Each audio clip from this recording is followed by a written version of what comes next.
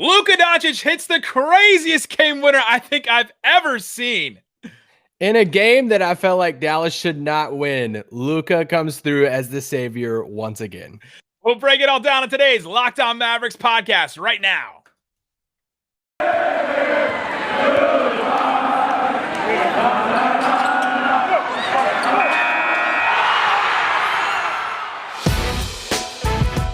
It's the Locked On Podcast Network, your team every day. I'm Luka Doncic, and this is Locked On Mavericks podcast. Dallas Mavericks are NBA champions. Bang! Bang! It's good! And the Mavericks have won the game! If you don't believe, you shouldn't be here.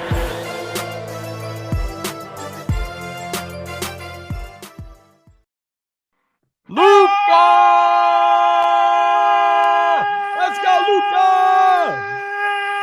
And welcome. You are locked on to the Dallas Mavericks. My name is Nick Angstadt, media member and coordinator for the Locked On Podcast Network. Just totally woke up my wife and joining you, as always, my co-host contributor at Mavs.com, the Luka game-winning wonder, the one more thing king. What you got for me? I don't know. Do we just sit in silence? Do we just wait this out and like look at each other, or just play a montage of, photos from Luka's childhood? Or, I mean, is he like going up to heaven in this picture right here? There's things in life that you're like, hey, I don't deserve getting this, but I'll take it. And this is exactly how I felt watching this. I watched the play and I just said, there's no way, because I was so spent. I was so ready for this to be a loss. They deserve to lose this game. And Luka just came through and said, hey guys, I got this. Let me do a floater from the 3-point line. Yeah. Saved them again. I know you're a pastor, and I'm going to be completely sacrilegious in this next comment, but in the Christian faith, there is a saying called saving grace, where all of us are sinners. We all do bad things. We're all born into it. We did not deserve any good things that come to us, but Jesus Christ came down and saved us, and that's exactly what Luka Doncic did for the Mavericks. I mean, he did that exact thing. He came down, he spoke to the people, he showed himself. They did not believe that it was him, and then here he is. I mean, if you're watching on YouTube right now, like, look at this. Like, this is where the shot came off of. The balance, the coordination. He didn't even, after the game, he said he didn't even see the rim on this shot. And obviously, we're talking about the Mavericks win over the Memphis Grizzlies. Like, the Memphis Grizzlies have to just be completely devastated after that 114-113 win for the Dallas Mavericks in a game that, like we've referenced, the Mavericks did not deserve at all. So we'll break that down. Today's episode is brought to you by Locker Room. Download the app and join us tonight, Thursday, if you're watching this. We will be talking some Luka, talking some Mavs, all that on the Locker Room app. Download it, changing the way that we talk sports. All right, let's get into, we have to break down this final play. So the end stretch for the Mavericks was just another step in this team becoming more mature and becoming a better team, right? Like, last year, it was really tough for them in the clutch. They were a really bad clutch team. And then now we're seeing them start to take some steps in that direction. And especially like a game like this, they're playing bad. They're not hitting threes. They're making dumb mistakes. Their defense is kind of all over the place. Memphis was hitting their shots. Jonas was destroying them on the glass and destroying them, with fouls and all that kind of stuff. Ja Morant it felt like the Mavericks either played good defense in this game or awful defense, right? There was no, like, the Grizzlies weren't just hitting tough shots, It's just like either they were getting wide open dunks, wide open, shots, or they were, the Mavericks were being really tough on them on defense. And the Mavericks just put together and strung together a couple of plays at the end there, ending with this crazy Luka shot, obviously, which, maybe we'd be excited. We'd probably be really disappointed if he didn't make this shot, but I thought they still had a couple of pretty big plays down the stretch that set up this shot and gave them a chance in the end when they probably should have had one anyway. No, not at all. Like, I texted in the second half. I just said there's no reason for us to be losing to Memphis right now. And even, in the fourth quarter there, that, I wasn't like, I didn't walk away from this game like too encouraged by our clutch play, because Grayson Allen, a 91% free throw shooter, who killed us all night, misses Yeah. 2 free throws and gives the Mavericks a chance here. And I thought there were some possessions that the Mavericks in the clutch, and on Luka's shoulders too. I thought Luka had a couple bad possessions in the clutch, and even like that last drive that he had before, the game winning shot. I'm like, whoa, why are we doing a drive to the basket? There's so much to break down seconds? at the end of that. I almost have to go watch it back again. But it's like, this shot, winning cures all, right? We've talked about winning 100%. cures all with the Luka KP relationship, even though a lot of people are trying to dissect the celebrations after the game. But winning cures all as far as what, our tone and what we would be talking about right now would be analyzing play by play the fourth quarter in the clutch, which we probably should do anyway, but it was just brutal. And in a way, you got to have some luck sometimes, but man, you have to have a savior too. And this is where and you make your own luck. You make your own luck sometimes, and Luka's just that guy. And after the game, Carlisle mentioned a whole bunch of things about. He had a really hilarious comment about Luka making tough shots, and we'll play it a little bit later. But just talking about how Luka does these things, and we've seen Luka just the other day. He had that shot where he did the dribbling off his knees, trying to keep it in the air off his head, and then boom, turned around and took a tough shot. Like, he's always just messing around, taking shots like this. Kristaps Porzingis after the game said that Luka's always doing shots like this, and he said he practices it just messing around, and so he kind of doing his 10,000 hours with crazy shots. He just does them all the time. And so I think that there is a little bit that he just does this because he's just so good. There's another sense that Luka didn't even expect this shot to go in. There's, we're just going to take the win, right? He said he was surprised it went in. He said, he's like, hey, I was surprised it went in. It was a great feeling. And I mean, it was all smiles and laughter after the game. Yeah. Like Nick said, KP praised Luka after the game, said, talked about how unbelievable it was, how he's glad he gets to watch that and all of that. So, yeah. Well, and there was the play with about 3 seconds left before this, or there was a play earlier where Luka could have got the and one off of that floater, and he got fouled. He could have gotten the end one, and he could have tied it up there, and he thought they lost it there, right? He turns around, his face is in his hands, looking up to the sky, and he really thought that they lost it there. And so to get another chance at it, I'm sure he was super excited to get that chance back. Kyle Anderson, friend of the pod, Nemesis. Kyle Anderson. That's a deep cut now. That's almost 4 years ago, it feels like. That is kind of crazy. He hits that 3 and, they go up by 5 and you're like, happy, dang it. They're going to lose this game to freaking Memphis with Dylan Brooks and Kyle Anderson and Valanciunas like that. And I thought, here's one of the most underrated plays of the game is the second free throw of Grayson Allen.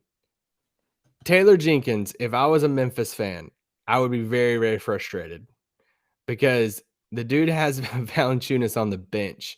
And I get that Grayson Allen is a 91% free throw shooter, but there's 3 seconds left. So I get that you want to have Valanciunas off the floor for defense, but no matter if they miss and Dallas gets the ball, they're not going to be able to defensive matchups aren't going to matter. So he takes Valanciunas off.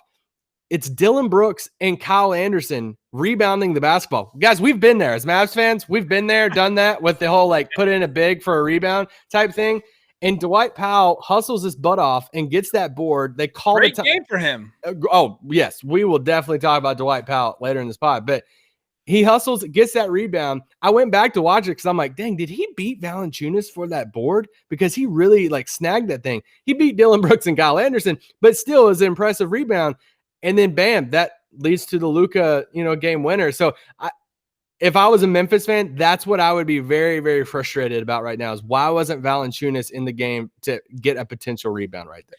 And there's so many times they gave away this game too, right? This isn't just completely, this got stolen from Memphis. Memphis, the Mavericks were playing really bad this whole game, and Memphis never really ran away with it. They had so many opportunities, and they gave those up too. If you're watching on YouTube, ESPN's win probability with 3.2 seconds left before Luka hits the shot, 94.9% Memphis wins this game, and that's Luka. He's the point. He's the 5%. That's hilarious. It's so funny. Yeah. So we will we'll get into this game, break down all the good, the bad. Kristaps Porzingis I thought had a good game. Dwight Powell I thought had a good game. There's just a lot of guys that were doing some good stuff in this game, and so we got to talk about it. We got to get into it. We'll break it all down coming up. But before we do, let's talk about rockauto.com. rockauto.com is a really good place for you to get all the parts available for your car or truck.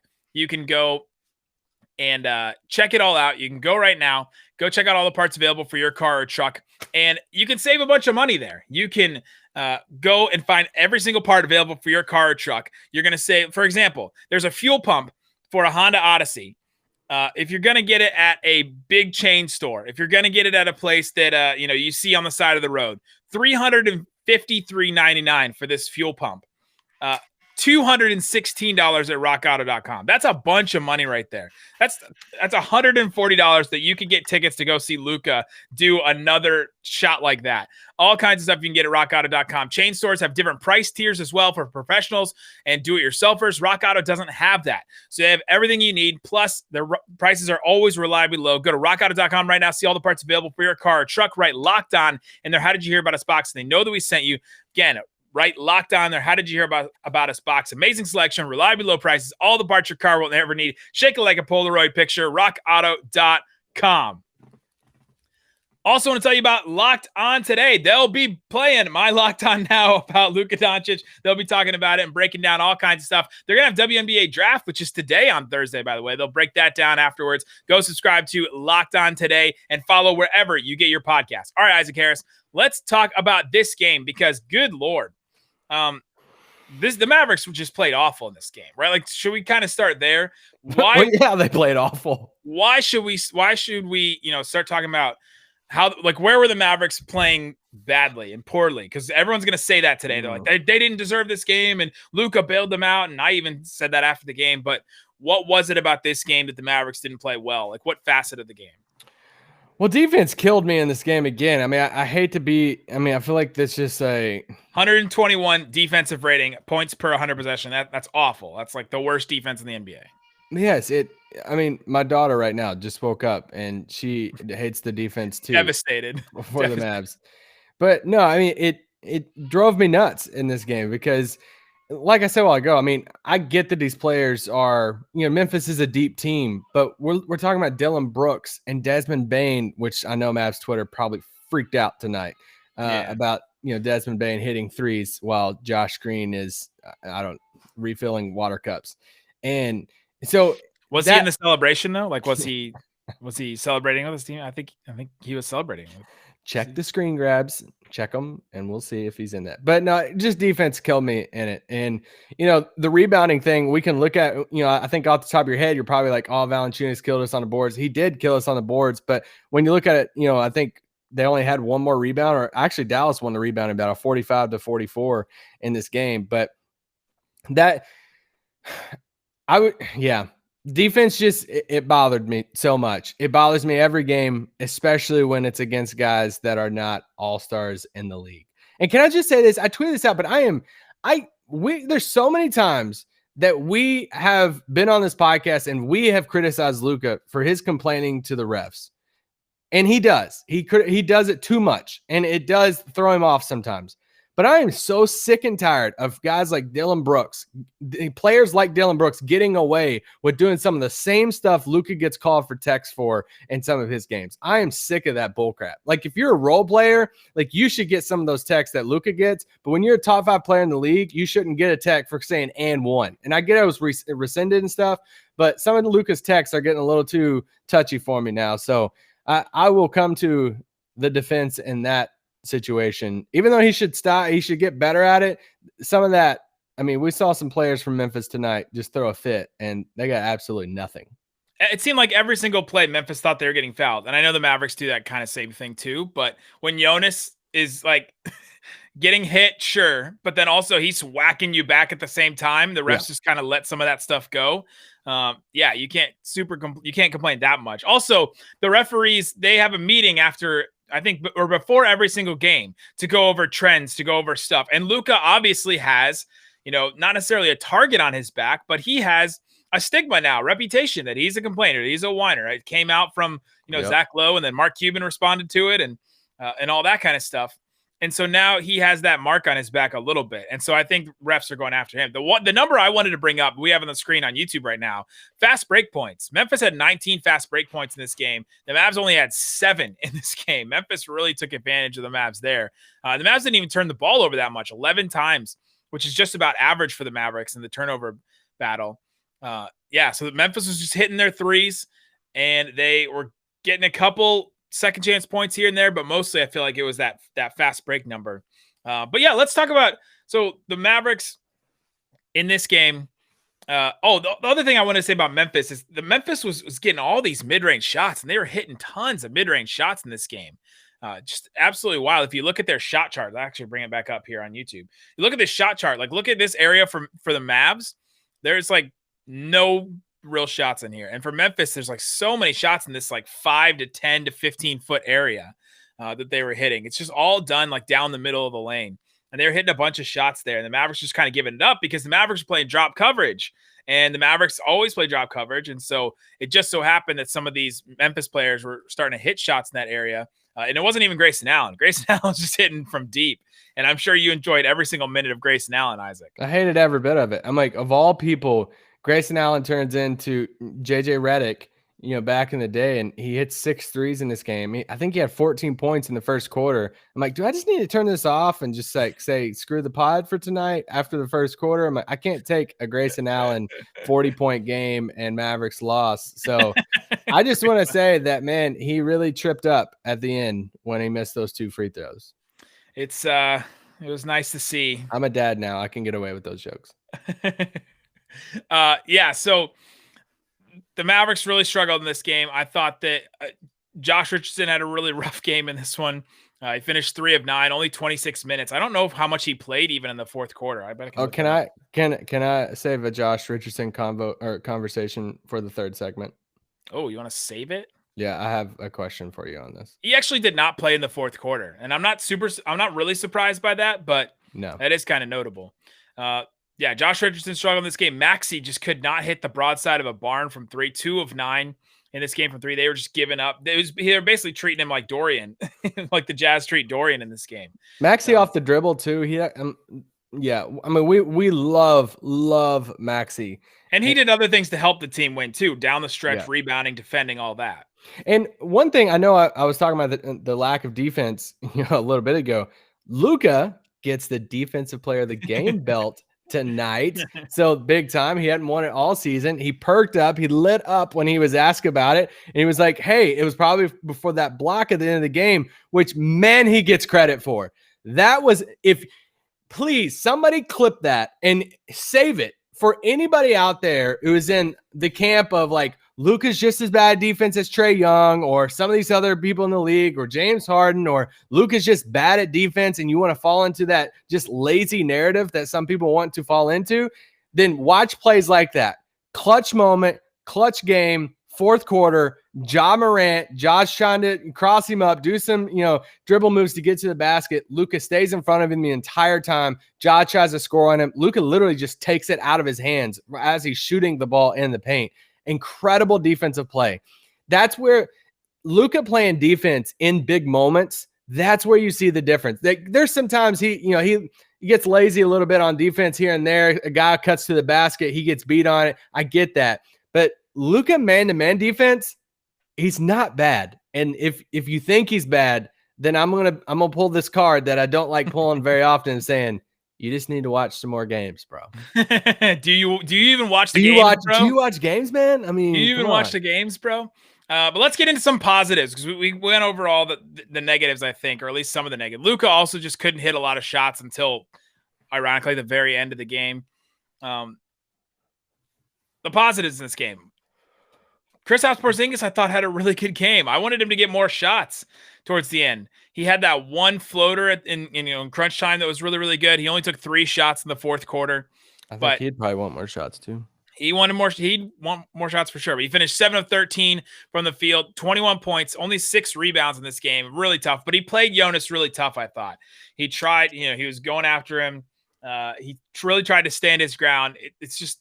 Jonas is just so much bigger than Porzingis. He's always just going to have a disadvantage against guys like that. Yeah. And how much did Jonas really kill him? Like 19 and 15? I don't know.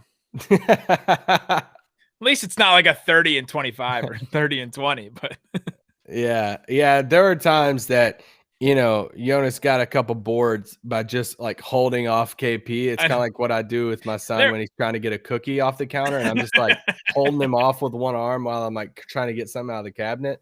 And that same cookie for yourself. Yes, that is my cookie.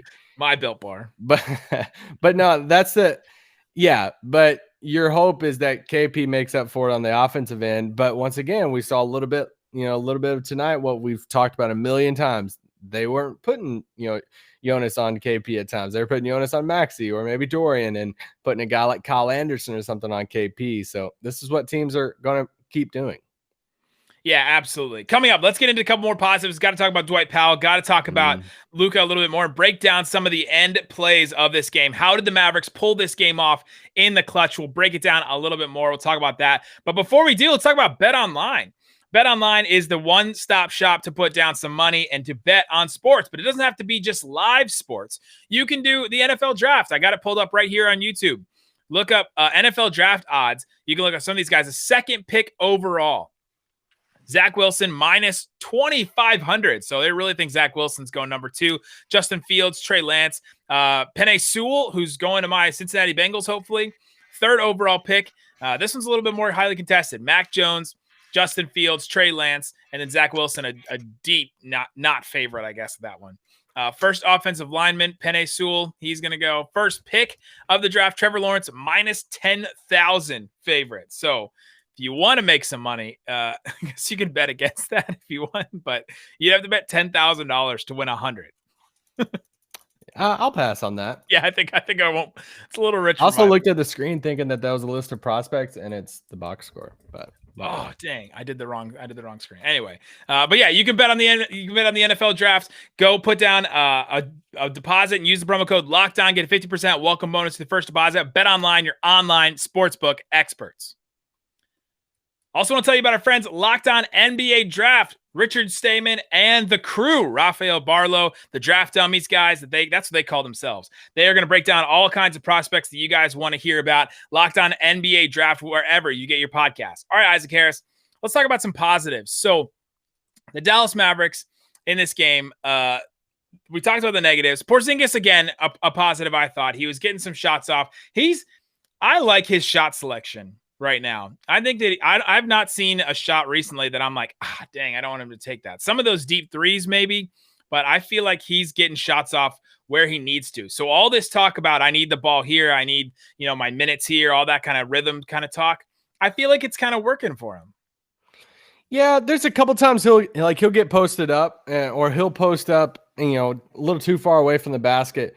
And he'll take kind of a contestant, jumper. There was one he took tonight. He actually made it and got fouled. So he makes some of those though. It worked out. Well, yeah, he makes some of them, but I'm still not walking away from a 12 to a 15 footer over the top of someone, long, mellow type 2 in someone's face. I'm not walking away from that saying that that's an ideal possession. I do think his shot selection has got better. I do agree with you that, but yeah, but also I think Dallas is kind of getting him more involved, at the same time, to where I think some of those bad shots that we've seen in the past come out of frustration to where he's not getting the ball. And then I think they're doing a better job at getting him involved, throughout the game to where it helps that shot selection.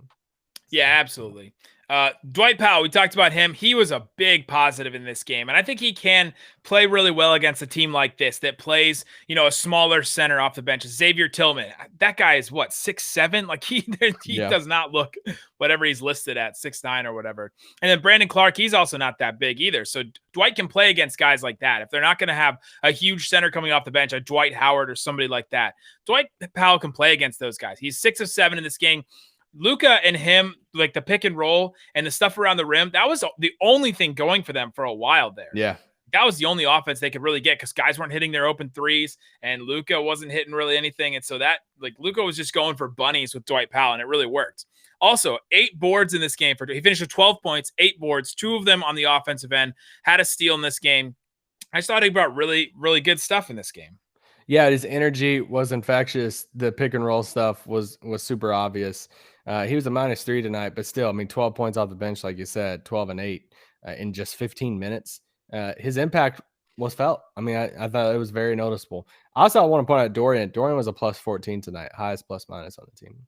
Yeah, all his minutes I felt like were impactful. He's only 1 of 4 from the 3-point line, but 7 points, 6 boards, an assist, a steal. And in the end, like at the end, he just had a couple of possessions where he like willed it for the Mavericks. That 3 that Dorian hit late there, that with 3 minutes and 15 to tie it at 104, that was a massive shot, which came right after the Mavericks just really rebounding like crazy. Luka hit a 3 with about 4 minutes to go, and I thought, okay, here we go. Here's some momentum. Finally, it's weird in a game like this where it's just so stop and start and so down for the Mavericks that one shot felt like momentum. You hit 1-3, and all of a sudden it starts to feel like you got momentum. And then it felt like so there was a timeout after that, and the Mavericks came back, and it felt like they came back with a different intensity. Whatever Carlisle said or whatever the Mavericks said to each other in that timeout, I felt like really they brought the intensity after that. They're like, all right, this is put up or shut up time at this point. And so I thought they came out. It's about that 3:26 mark in the fourth quarter. They came out and they started rebounding the ball like mad. I thought they were gang rebounding. They were going for it. They were putting bodies on guys. I thought they were really doing well there. And Dorian was a big part of that. Yeah, 6 boards for Dorian, 8 for Maxey, 6 for KP. I thought especially late KP. That's, when we know a player is like frustrated at times, or at least in the past, we know he's been frustrated with like touches, whatever. You also, what I tend to do is I watch these players off the ball or like going for rebounds or defense, whatever. I'm like, all right, let's see how engaged when they're not touching the ball. I do other stuff. Yes. And even though KP didn't get a ton of touches in the fourth there and towards the end, he was fighting for some rebounds, and that was super encouraging to me. I'm like, all right, you're still going to go down and bang with Valanciunas, even though you're not getting the touches on the other end. I like that from him. Absolutely in that. So a couple of things down the stretch. Let's break it down. So Kyle Anderson hits that 3 with 2 minutes to go, and it was 111-106, and you're just like, they don't have it, right? Like they just don't. It doesn't feel like they have it. But the Mavericks, come down on the other end. Luka gets that block on Morant. It leads to KP. Kristaps, like that pump fake and drive on Jonas with 1:10 left. He drives on him. Drives right, by the way, which is rare for him. Drives right into the lane and hits a floater kind of over Kyle Anderson, kind of over Jonas, and hits that shot. The Mavericks are then down by 3. Luka he tries to go for the 2-for-1, I guess, hits that layup really quick, and we were like, oh man, he should have gone for a 3 there. He didn't get the 2-for-1 at that point. The Mavs foul then. No, I had an issue with the 3 the next possession. He had the quick layup on Valanciunas in that possession right up under his arm, and then he scored with like 25 seconds left. So then they had to play the foul game. My issue was when it was under 10 seconds, he drives in. He got fouled and almost got the and one, which would have been awesome to tie it up.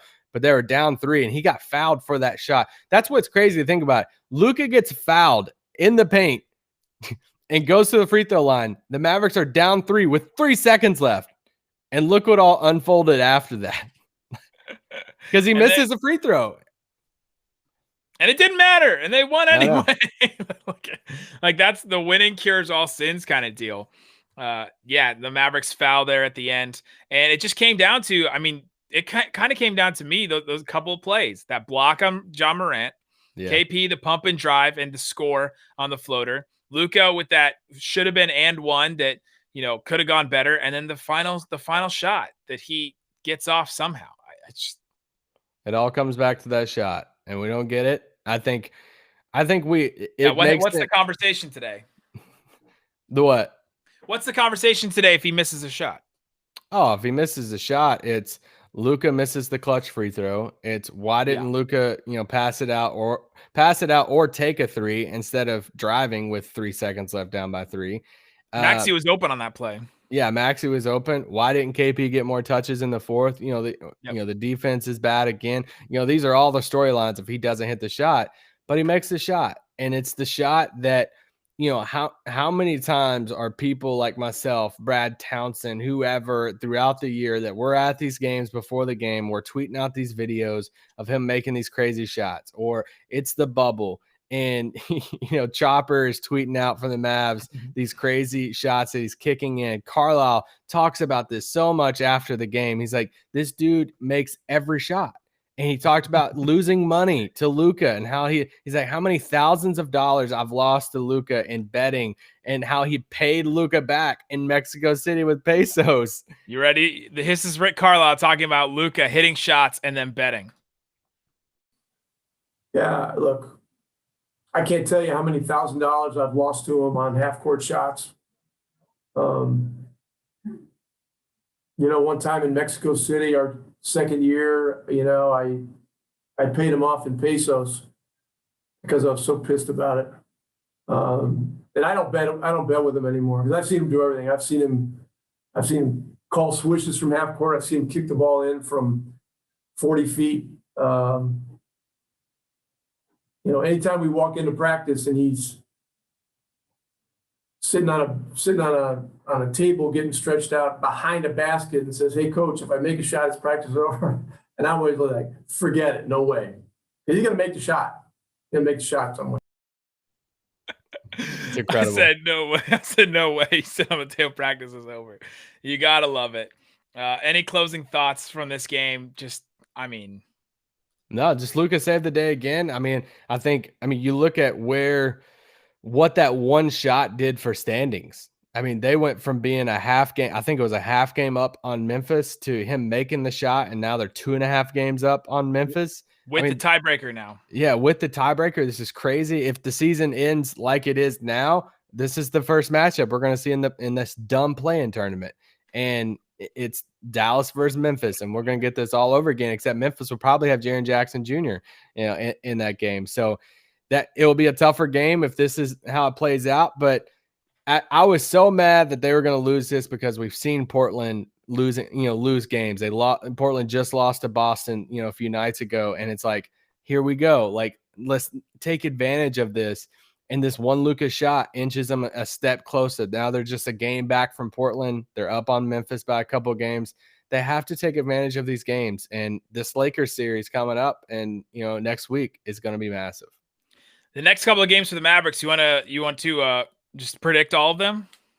I was thinking we just go through the rest of the season, if that's cool with you. They're off Thursday. Friday they play the Knicks at home. They play the Kings on Sunday at home.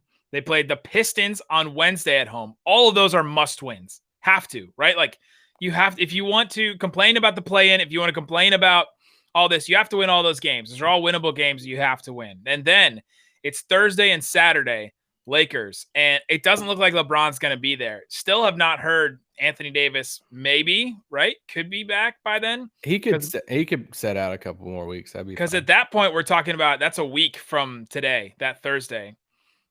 That first Lakers game. So those guys could both be out. Those, if they're both out, those are must win. Then Kings again in Sacramento.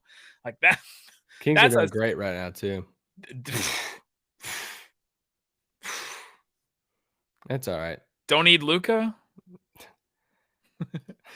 This next stretch, Knicks, Kings, Pistons, Lakers, Kings, then Warriors after that, then Pistons, then Wizards, then Kings. Like, Westbrook's been balling. Sure, but this next stretch right here, the Mavericks have to come out of that, like, I don't know, whatever it is, 7-1 or 6-1 or whatever it is, and they could really take the next step here in the standings. And this is where you get out of the play-in. This next stretch right here. Quietly, they're 4.5 back from Denver, who just lost Jamal Murray. That's a long ways up there, but I'm just throwing that out there. Well, and what then? 3.5 back from the Lakers. So yeah. 4.5 back from Nuggets, 3.5 back from the Lakers. So a big standings thing. Playing tournament's still a huge deal. It's still being talked about. If y'all missed yesterday's pod for some reason, go listen to yesterday's pod. We argued about it. Mark Cuban quote tweeted our pod yesterday, giving more thoughts about it because we were talking about Cuban's comments about it. So it's still a hot topic in the NBA, and it will continue to be as we build up to that. So yeah, YouTube, podcast, wherever, the Odyssey app, Listen to us on that. Nice. Yeah, we don't go full first take very often, but we definitely did on that podcast. We disagreed on it. Go listen to it. I thought it was good podcasting. Guys, yeah, we'll be back with more. Thanks so much for listening to Locked On Mavs. Peace out. Boom.